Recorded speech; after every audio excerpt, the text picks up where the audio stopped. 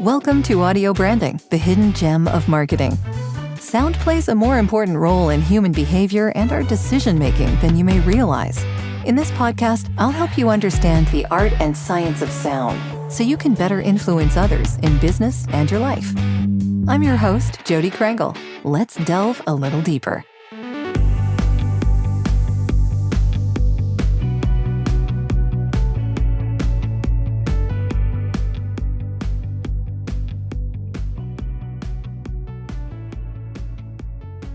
Do you deal with leaders in communications? Yeah.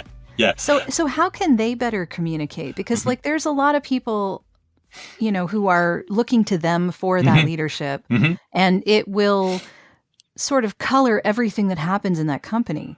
So how would you suggest that they communicate with the people that are working with them? God, Jodi, that's such a good question. And really, it's, I'll do what I did prior, which is give the easiest, most direct answer right up front, and then we can elaborate. And the easiest is if you did nothing more than talk to people, not at people. Put your bullet points away. Push your PowerPoint slides down for a moment. Look at them. If it's an in-person, literally look at them. So I just had a podcast guest on today. And it's that ability, and they talk about one of the business traits they admire a whole lot, and it's the ability to repeat. Hey, if I heard you correctly, I understand that you're looking for, that you're seeking. If I heard you correctly, I understand you're concerned about.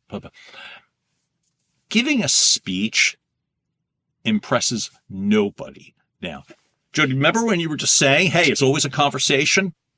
Leaders, it's always a conversation. And I mean always. So you're going into a conversation. I don't care if you've had 500 hours training in Canva to put your bullet points on, and they jump, and my AI, who cares? Talk to people. Talk to them. Don't talk at them. If someone feels like they're being listened to, heard, understood, it goes a long way. You don't have to give everybody everything they want and need, because sometimes you're just not capable. Maybe the circumstances just don't allow it. But if you're acknowledging that you're addressing a specific concern that actually matters to them, rather than some made up sort of thing, you go a long way. So you want to gain. You want to keep your teams. You want to keep them not running out the door. They need to know that you're willing to fight for them. And the way that you prove it is you speak with them. Keep them in the loop whenever you're able. And then I'll add one more thing, which is include them in as much as possible. And if you're going to err in terms of the information, right, err on the side of give them more. Don't give them less. Don't undermine them in the sense the people that you're leading, right? Oh, they can't handle it, or it's top secret, or I could never allow. Most of it isn't. Really, most of it isn't. So if somebody feels like they have a picture and you're being consistent with that vision, and if the company's vision changes, pivots in any way, you're bringing them into the pivot and change. That's a good point. Yeah, I think people just want to know what's going on. Oh my God, that's such the perfect way to say it. And when you hear it, when I hear that from you, Jodi, it's like, who would disagree with, hey, I just want to know what's going on? But people do this all the time. They're going to take the decision-making away from you. You can't handle it. You wouldn't get it. Oh, I couldn't, because it's really undermining in terms of culture and in regards to, again, team building, team leading, execution. So this works if you have a team of one person. This works if you have a team of 1,000 people. Just talk to them. Just talk to them. Hey, I sent you a text. Oh, I put it on Slack, or you know what I mean? And you're like, oh, that's fun. It's like, Yeah. Please don't. Just talk to them every once in a while. I know you're busy. Yeah. They're probably really busy too. Trying to help you. And so it's like, that's what it comes down to me. And if they have bad news to tell people, Mm-hmm. how would that best be communicated? Honestly and authentically. Okay. And because I'll steal the line you just shared. Most people just want to know what's going on. Uh-huh. Right? Yep. Here's when I'm at my worst, right? Is predicting what's going to come in the future. By the way, I'm terrible at this. As a human, I don't mean boss, leader, community. As a human, I make up all kinds of scenarios. Very few of them are good. Unless I'm reading my own affirmations out loud. I think we're all like that. Right. We all take the worst and put it in our head and act from that a lot of the times. So Jodi, if that's true, and I believe you're right, me withholding information is doing damage. Mm-hmm. Me needing to put some Pollyanna salesy spin on it. Yeah, but Jodi, this is going to be great because, even though we're taking 3 members of your team off you, what we're going to get to do is more. The damage that does when you think about I don't know. Has that ever happened to you, Jodi, where somebody was going to try to decide how you feel and give you news accordingly based on what they think you're going to do? Oh, I'm sure it happens all the time. I'm saying to you personally, has it ever happened to you? Yeah. I mean, the thing is, I may not ever know. That's the worst. That's the worst. And, I love that, because if your mind can be like me, and you said that's most people, and I agree, and you don't know, you're heading in some crazy direction. I can't say never, but I'll bet you it's closer to never than always for me. If you tell me exactly what's going on to the best of your ability. I don't ask you to predict the future. I don't ask you to manufacture a happy ending for me. What do I look for? And what do I convey anytime? When I'm doing it right, hope. That's all I want. I want to know what's going on. Again, thank you. And hope. Mm-hmm. Hope. It's the thing when I'm speaking to an audience now, it's really important for me to remember that without speechifying it. Yeah. Or I don't think that's a word, but I get what you mean though. Right? To like speechify or finish it. It's really important to give hope. And so, bad news. Make it relatable. I've been in these situations. I've shared bad news. I'll promise you this. Early on in my managerial career, I was terrible at that. I was terrible at it. I'd rather tell you nothing. I'd rather tell you nothing than try to spin it. And don't help them. Just, again, come from a point of empathy. Again, get the speech out of it. Just talk to somebody, because bad news is bad news. I remember in corporate, for me, people being laid off, that happens so frequently. Oh, I'm sure. Oh my God, so frequently. And I would, especially in radio. Especially from radio, especially. This was whole departments, whole regional divisions. I'm lucky in my life because I can name a number of business leaders that really helped me. By the way, I always believed, not I always believed, but my experience has garnered with me that I'm lucky. Some of the best bosses I had in my life were women. Women tend to be more empathetic, and and that becomes more believable to me, which means I would fight harder for them because I believed them. And that man, I'll tell you, it's like you could feel that someone was trying to pretend to solve your problem when they couldn't, and try to make themselves feel better. Yeah, that's the to get, trick. I mean, it's all confrontational in a way, right? And sure. lots of us don't want that. No, I So, hate confrontation. It's yeah, awful. It's as tough. a leader, I'm Hmm. sure that you know what you're into, or Hmm. you know what you're in for. Hmm. But often, a lot of leaders are pushed into that position. They're not given any training. Well, So, that's it. And so here's the training from like, rather than damage control, mhm, they're taught damage control. I know that. I could say yeah, that firsthand. They are taught from a company perspective. Don't say too much. Don't say too much. Here's your talking points. Look sad when you say this, and don't say, what if they ask a question? Don't answer it. Just read. I've heard this.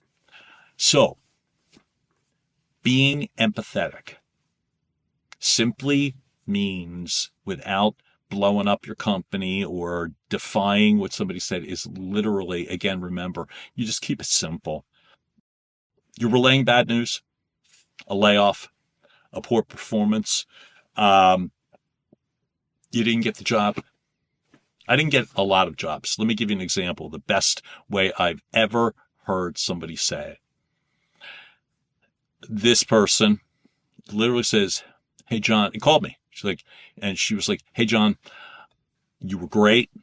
I wasn't able to select you for this position. I am going to be going with," I think that's all she said. And it was plenty. And because she just was nice about it, it's like, did I like it? No.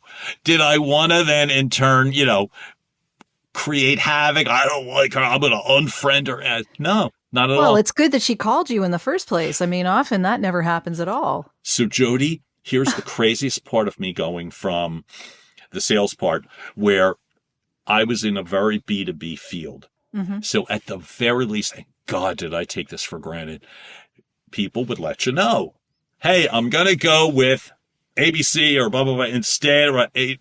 We just did. It was a professional courtesy. Toward the very end, it happened less than less, and you'd hear people say, clients and or colleagues, "Oh, it's just not the same anymore." I didn't realize that's what they meant. So I go into a voiceover field, of which you do your audition, you send your audition, You hear nothing. and then I'm waiting, and I'm like, whoa, somebody's going to talk to me. Oh Somebody's yeah, going to say nothing. no, Nobody absolute says, silence. forgive the pause. I didn't just mentally check out. Yeah. I want to say that gap of air Yep.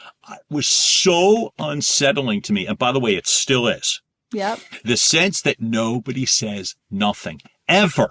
Yep. So it took me a really long time to get right with that. So how do I fix that? I don't, in the field that we happen to be in. But what do I do? Any opportunity that I'm speaking where I get to, I just respond. I can't fix an industry. Nobody asked me to. I don't feel proficient. But that dead air that I threw out there, to me, was unnerving. So you either get right with it, which I've chosen to do. That's how it goes. You get used to it. I just put it out. That ability to let go, I do. And also, any chance where there is a follow-up involved and I'm involved, I follow up. Meaning my coaching clients. Meaning if it's a sales related or a business related and they're expecting me to follow up, I'm going to. I'm simply going to. That's a big part of communication that a lot of people miss. Right? Yeah. But I had to learn. I always did. And as I said, I took it very much for granted because I thought that's what that's how it goes. And then that sense of, well, I did 30 auditions today. How's it go? I don't know. Yeah.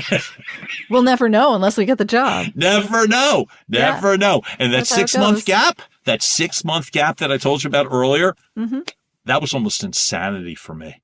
Right? Yeah. I don't well, if know you're it. just starting out, it's one of those things that you need to learn. And unfortunately, often you learn the hard way. Well, that's because it. There's no precedent. There's none. And I don't know that that's ever going to change. So that's where it's like you understand, again, it's the preparation becomes really vital. because it teaches you things. And that ability to know things takes a lot of mental angst away. Oh, so I've sent in the auditions. When will I find out? You won't. You get the Yeah. job, you'll know. Otherwise, you won't. When do I They follow won't up? tell you. You don't. It's like, I'm right with you though. Like as far as planning is concerned and yeah, research and yeah, understanding yeah. and being prepared. Mhm, I mean, like my particular personality is that mhm, type. Like yeah, I sure. can't not be prepared if I Mhm, walk into something because mhm. otherwise I'm freaking out. Right, right, right. So here's I'm what not sure everyone is like that, but oh, they're not. Oh, they're yeah. not. Because it takes time, diligence, and I know that sounds Yeah. really self-serving on my part. Oh, they're not. Because I've watched it and it drives me crazy. And the only things I'll say about this is here's how that is fixable. Where you're not getting the results that you want and you wonder why. And we talk about preparation and that seems, oh, I just like to go in and here's how it's fixable. The ability to prepare does not take weeks and or hours. I was taught this by one of the best sales trainers I ever encountered. I remember his name is Paul Shapiro, and he was paid a fortune. Him and his colleague Sue Anderson came in and trained us. And I'll never forget that since he's like, okay, to someone who was trying to sell the idea that they don't need to be prepared. And selling badly in this case, and it was going nowhere. He said, all right, well, here, this makes you feel any better. He said, and it was awful, but it was so on point. He goes, have you ever heard of Google? Um, and this person, the salesperson back is actually all put out and we're right. He goes, go to that bar atop. And he's really leading in hard now, right? And he's like, go to that bar and type whatever the hell you feel like and hit enter. He said, and your answer will come. We were doing this real heavy corporate training, right? And he said, oh, what do you know? And I'll just make up a company, you know what I mean? Pepsi white paper. Oh, what do you know? Every pressing current problem was on it, and we needed 6 seconds to get to it. So when you call whoever you're speaking with at, again, made up company, Pepsi, when you call and you ask a question and you're speaking with someone and you say, hey, look, I noticed in the white paper that one of your pressing needs happens to be blah, blah, blah. Wouldn't a nice question happen to be, is that still relevant to you? Has that changed? The other person that was getting talked at and finally was grasping it, like literally looked like they discovered America, you know? But it's just, there's a respect factor when you're talking to somebody. Not so I come off like some brainiac. It's more like I respect you enough to wear headphones. Thank you. Because I respect you, not because I need to ace every test, although I do. I'm very competitive in that stuff. I get it. Right? I get it. But I respect you to the point where I'm going to honor because you were nice enough to have me on the show. And when you and I did the pre-talk the first time, it's like, well, I'm not sure what we would talk about. I don't typically have voiceover, like talking voiceover. And it was like, I loved that you allowed me because you allowed me to know what was in your sphere. And so rather than fight the easy reality, it's like, fine. Okay, great. And now I know that. And because I honor and respect you, I'm going to, in a sense, let you know where I'm coming from so you don't have to guess or wonder or worry, you know? And that's the other part in terms of effective communications, whether it's your family, whether you are the president of the board, whether you are talking to your stakeholders, whether you are talking to your sales team, leadership team, management team, any and every team. And the quantity. I've spoken in audiences, my next speaking engagement, that'll be several hundred people, and I've spoken in front of one, you know? And are there technical nuances between the two? Yes. But the heart of it remains the same. Ask questions that someone would want to answer. Be prepared enough so that when you ask them a question that they feel like, oh, they took the time. Isn't that nice? So I'll talk to you. Talk to them, not at them. And when you're providing solutions, remind them why you did.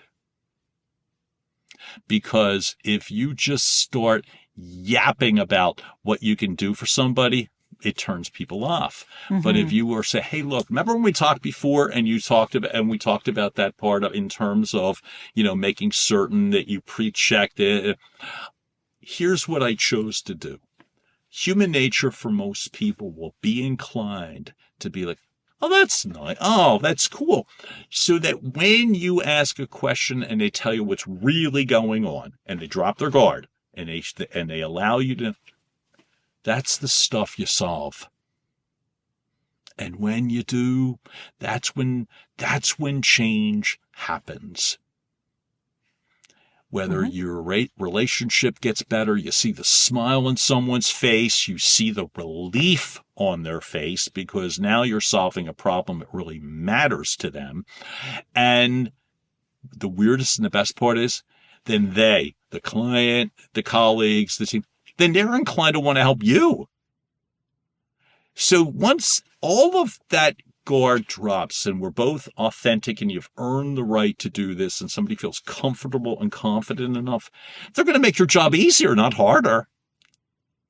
And that's, to me, the magic, the gift, right? And I wish I had known it when I was younger. I wish I had known that when I was worried, would you find out I'm gay? Apparently that was not a very difficult riddle for most people to solve, as I learned. Okay. Held that deep, dark secret for forever, and no one was surprised. But that's on me. You know what I mean?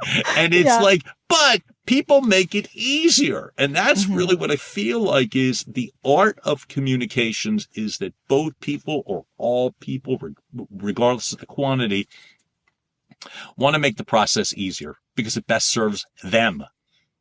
And communication has changed so much over the years. I mean, we've had all these technological advancements and AI and all of this stuff. I mean, if people wanted to do research, now they can go into like Claude or ChatGPT or like just came up last night, vidIQ and or Descript. I run this last night.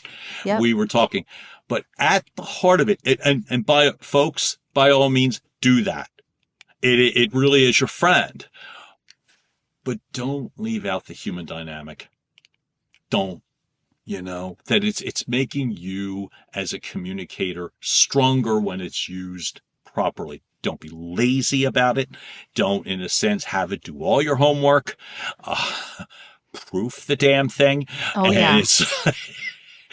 But fact-checked, proof, but utilize it so you're not anguishing or just lazily, I'm going to formulate my questions. I'm going to take 6 months. There's zero reason to do that. I believe the job of a strong communicator when I'm doing it right is I'm focusing on the stuff that actually matters.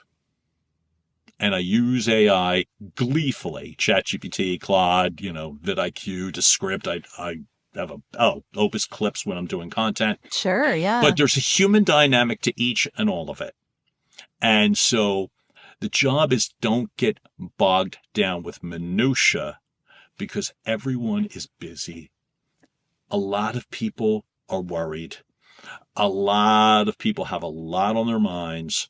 And so understand their time is at a premium. So when you're speaking to somebody, hear them before, hear them during, hear them after. And earn the right to have the conversation. Yeah, right? Yeah. Right? That it's like you're just always hearing them and you're always double checking yourself. And that's when we were just talking about a few minutes ago, if you're speaking to somebody and you've uncovered something and it's like, hey, is this still real? Is this still relevant? Do I understand this and or you correctly? Do I have it right? Yeah. Do I have it right? No. And then they feel heard. And they feel heard. Yeah. They feel heard. And then it becomes that collective conversation. Like you were saying, I just want to know what's going on. And we're always talking to somebody. Yes. Yeah. In voiceover and communications of any kind. Always. Yeah. Any and always. I love it. Right? Yeah, definitely. So what are you working on now that you can talk about? Happy to share. You were saying you have a speaking gig coming up. I do, right? yeah. So the things that I'm focusing on, I get to speak a little bit more. In April, I'll be speaking. This select audience has a lot of real estate people and a lot of finance people. Okay. The audience is for I was hired to speak, and my topic is the art of authentic communications. Okay. The direct spin is more like the direction, and thank you, Jodi, that like going in this direction in regards to like the process rather than sounding like an announcer. I remember you and I talked about that before. Like, I'm not teaching anybody that. I for God's sake. Or people asking me, are you going to teach me voiceover? And I'm like, well, first off, only if you want to. And no, because I think there's people more qualified to teach. I can share my experience, but I think there's better people for that. And so I always say exactly what I just said. But when I'm speaking, it's tailored toward business, but one of the things that I make certain when I speak to anyone, which is it's always going to be tailored to the audience, and it's really going to be tailored toward the organizers. Mm-hmm. I don't like flat, lifeless, same old speeches. I don't like that. I really do. And the hope part is I want to give people hope. I want to remind people that it was not an easy, direct, from, I think you have a nice voice at some whatever Starbucks to. There's a lot more that goes into it than that. There is. And a lot of it is either grunge and or difficult, and or demoralizing. Right. It can be. Yeah. And I share, I don't say that to bring people down. I just, and I don't say, well, you got to be realistic.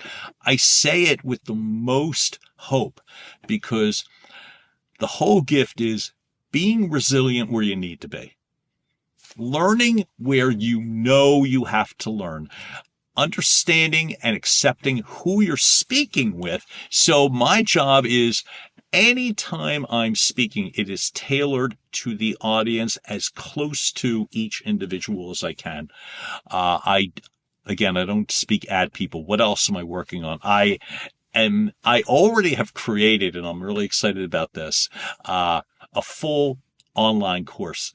I coach people on a one-on-one setting, and I coach people in a group format. Mm-hmm. And I've also created it's a video online communications course. Congratulations. That's a lot of work. Yeah, it was. And it was very gratifying in the sense that it felt especially good that it's over 3.5 hours of video content. But what I chose to do in this case was not bludgeon people. So the longest video of all of them is 7 minutes, and most of them are in the 2 to 5 minute length range. I figure hopefully you've got the bandwidth to go 2 to 5 minutes.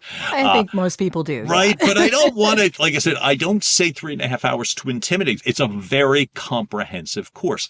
I call it my wall of fame. It's not just my direct experience, although I committed this to me, and I hope that matters to someone else, which is I have directly experienced every single thing that I'm sharing, whether I've worked directly with those who have trained me, or that I have emulated or modeled, or I've actually lived the experience. So I never want to be the talking at people. So that was really important to me when I created the course too. What's it called? Yeah, it's called Your Message Received. Okay. Get your message heard, understood, and improve your results. But the short answer is it's called Get Your Message Received. And what I mean is your intended message without distractions, without people filling in holes that you don't want or finishing your sentences for you and being wrong. And so happens a lot, I'm sure. Because everybody's going to literally predict. So whether it is And I teach in situational. When I talk about mindset, there's way more talented people that could teach long-term mindset. So my thought is to steal from a new Mel Robbins book, let them. Okay. Right? But I teach situational. My mindset techniques that I teach, which is, you're going into a meeting in 20 minutes and you're completely freaked out. And all of a sudden, all that preparation is blowing up in your face because a circumstance changed, or you're deathly afraid you're going to forget something. And it's, how can I quickly get you back so that you can leave that baggage, literally or figuratively, outside the door of wherever you're walking in. And that's the sort of thing I specialize in. When I say I also utilize a pillar in physicality, I'm the last person to be teaching, But what I mean is using the last person. But what I teach and what has worked is the way to use your body, whether you're seated, like in a voiceover session, the way that it's the ability to be able to, from the very simplest, when your fourth grade teacher would tell you like to sit up straight and put your shoulders right. Well, you sound a certain way effortlessly. When you do that and the old put a smile on your face, things happen effortlessly. And that's the physicality that I'm teaching, training, that is demonstrated and proven. The third pillar is connection. If you can't connect with somebody, you will never get them to do anything. Never. Good point. And so whether, again, from voiceover, it is, if maybe you're talking to technically nobody, but you still have to connect to somebody. Well, that's the trick, right? Like that's where the acting comes in. Yeah. Because often you're sitting in a booth with headphones on and a microphone in your face, and it's the most unnatural thing that you've ever had to do in your life, and you have to sound natural. So yeah. You know how many times I've been told to dial back the announcery part, and it is almost endless. And I want to say to people is I'm just talking. Right. Yeah. Well, I know it needs to sound more conversational. But that's the danger of having a nice voice. It gets you nowhere Definitely. sometimes. And I have had this same issue myself, so I understand. Jodi, and you've got a great voice and you sing and speak. You're right. But sometimes people want to literally take the translation to, I can only pay attention if my best friend so-and-so is saying it. Yeah. My best friend so-and-so from Long Island. And you're like, oh, yeah, but never mind. So I would never sound like that. Yeah. I just don't have that in the toolbox. But what I say is, but the connection part everybody has. Yes. So everybody's capable, but are you doing it? So what I look at is ways that, again, coming from the closeted, people pleasing, it's like, how could I really connect? And I've got a whole series of techniques that I've created and that I keep working on. And folks, the easiest way to say it is just allow yourself to be present. Just allow it. Don't, well, what if, and take them out for at least the time you're in the room with someone. Take them all back when you're done. You know what I mean? Every quirk, every, paranoid, like whatever. Take them all back, but not during the conversation. Yeah. So, John, how can people get in touch with you? Thank you. The easiest way for me is this wildly creative company name and website that I have, which is called duffinmedia.com. Okay. It works. It happened to. No thanks to me, but I was like, I like Duffin Media. But it is Duffin Media, one word, no dots, no dashes, no nothing. Duffinmedia.com is the easiest because all of my social media profiles happen to be there. On my YouTube channel, and it's easier just to go to my website because it's all right there. Just click it. On my YouTube channel, you will see my podcasts. I host the podcast Your Message Received. I'm right now at about 135 episodes and very good and climbing. Thank you. And climbing, which I'm very grateful for. My podcast is there. in video form. My coaching is there. You will get so many clips right there. Just go use them.